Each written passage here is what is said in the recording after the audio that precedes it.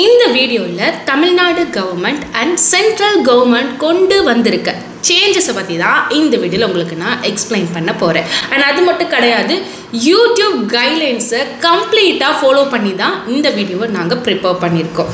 So viewers official government வெப்சைட்டை நீங்கள் visit பண்ணி செக் பண்ணி பார்த்துக்கோங்க.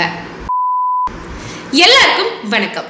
ஸோ ஒவ்வொரு மந்த்தும் ஸ்டார்டிங்கில் பார்த்தீங்கன்னா கவர்மெண்ட் நிறைய புது சேஞ்சஸை கொண்டு வருவாங்க. ஸோ இந்த மே 1 இருந்து என்னென்ன சேஞ்சஸ் கொண்டு வர போகிறாங்கன்றதான் இந்த வீடியோவில் உங்களுக்கு நாங்கள் சொல்ல போகிறோம். இந்த சேஞ்சஸை நிச்சயம் நீங்கள் தெரிஞ்சு வச்சுக்கணுங்க. பிகாஸ் நம்ம டே டு டே லைஃப்பில் இது ரொம்பவும் தேவைப்படும். சரி, இது போல் யூஸ்ஃபுல் இன்ஃபர்மேஷனை தெரிஞ்சுக்கணும்னு நினச்சிங்கன்னா இப்போவே நம்ம ஃப்ரோசன் வியூ சேனலை சப்ஸ்கிரைப் பண்ணுங்கள். கூட பக்கத்தில் இருக்க பெல் ஐக்கானில் ஆல் நீங்கள் ப்ரெஸ் பண்ணிக்கோங்க. சப்ஸ்கிரைப் பண்ணி வீடியோ பார்த்துட்ருக்க உங்கள் ஒவ்வொருத்தவங்களுக்கும் ரொம்ப ரொம்ப நன்றி. சரி, வாங்க வீடியோக்குள்ள போகலாம்.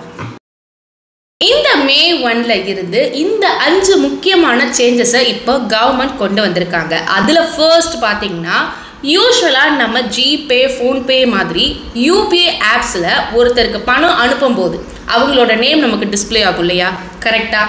ஸோ இனி அதே போல தாங்க NEFT ஆர் RTGS பண்ணும்போது அக்கௌண்ட் நம்பர் என்டர் பண்ணும்போதே அந்த பர்சனோட நேம் டிஸ்பிளே ஆகிற மாதிரி இப்போ கொண்டு வர போகிறாங்க.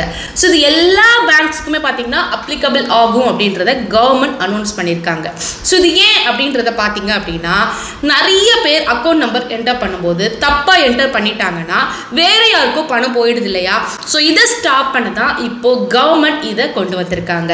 ஸோ கவர்மெண்ட் சைட்ல இருந்து பார்த்தீங்கன்னா, ஸோ இனி இந்தியாவில் இருக்கிற எல்லாரும் சேஃபா பணத்தை அனுப்ப முடியும் அப்படின்றத சொல்றாங்க.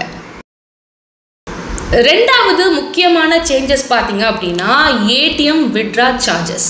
இந்த சார்ஜஸ் மே 1 இருந்து அதிகம் ஆகுது.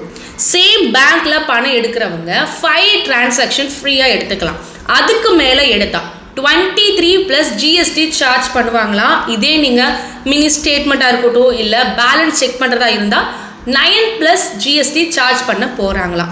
அதே அதர் பேங்க் ஏடிஎம்ஐ யூஸ் பண்ணால் மெட்ரோக்கு 3 தடவை ஃப்ரீயாக பண்ணிக்கலாம். நான் மெட்ரோக்கு பார்த்தீங்கன்னா 5 தடவை ஃப்ரீ.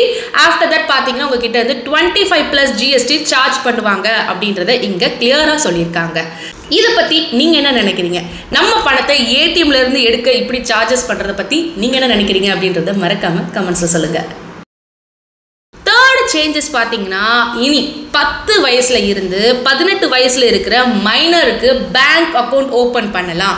பேரண்ட்ஸ் கைடன்ஸை வச்சு பண்ணலாம் அப்படின்றத இவங்க சொல்கிறாங்க.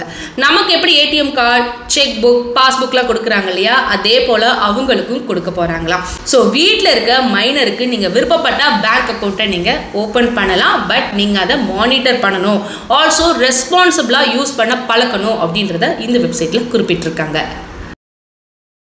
4th சேஞ்சு என்னன்னு பார்த்தீங்க அப்படின்னா, ஃபாஸ்ட் ட்ராகுக்கு ஒரு அப்டேட் கொண்டு வந்திருக்காங்க. யூஸ்வலாக நம்ம ஒரு ட்ரிப் போகும்போது மேனுவலாக நம்ம ஃபாஸ்டாக் ரீசார்ஜ் பண்ணிட்டு தானே போவோம், கரெக்டாக? ஆல் சிலர் என்ன பண்ணுவாங்க, அவங்க பேங்க்கில் ஆட்டோ டெபிட் ஃபங்க்ஷனை எனேபிள் பண்ணி வச்சுருப்பாங்க. பட் இனி பார்த்தீங்கன்னா இந்த ஆட்டோ டெபிட் ஃபங்க்ஷன் எல்லாருக்கும் கொண்டு வர போகிறாங்களாம்.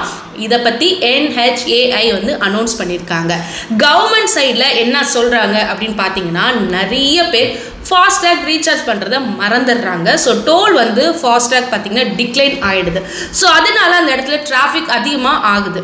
ஸோ இதை ஸ்டாப் பண்ண தான் இப்படி ஆட்டோ டெபிட் கொண்டு வர போகிறோம் அப்படின்றத இவங்க சொல்கிறாங்க. ஆல்சோ இதை பற்றி இன்னும் டீட்டெயில்டாக மே மந்த் நாங்கள் கொண்டு வர போகிறோம் அப்படின்றதையும் இவங்க அனௌன்ஸ் பண்ணியிருக்காங்க.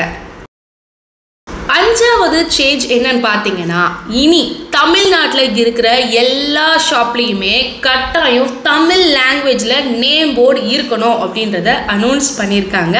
ஸோ கடைகள் வச்சிருக்க எல்லாரும் அந்தந்த டிஸ்ட்ரிக்ட் கலெக்டர்கிட்ட ஆல்ரெடி பார்த்தீங்கன்னா நோட்டீஸ் அனுப்பிட்டாங்க.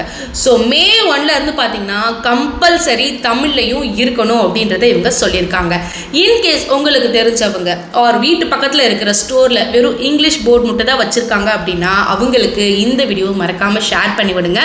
அண்ட் கவர்மெண்ட் ஃபைன் பண்ணாமல் இருக்க தமிழ் போர்டை வைக்க சொல்லுங்கள்.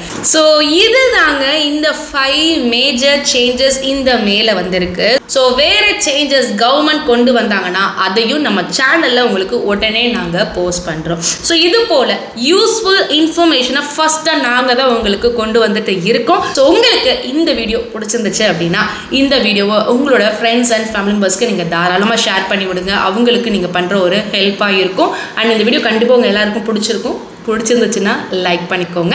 அண்ட் நீங்கள் இன்னும் நம்மளோட ஃப்ரோசன் வியூ சேனலை சப்ஸ்கிரைப் பண்ணாமல் வீடியோஸ் பார்த்துட்டு இருக்கீங்கன்னா மறக்காமல் சப்ஸ்கிரைப் பண்ணி வீடியோஸ் பாருங்கள். அடுத்த ஒரு சூப்பரான விஷயத்தோட நான் உங்களை மீட் பண்ணுறேன். நன்றி.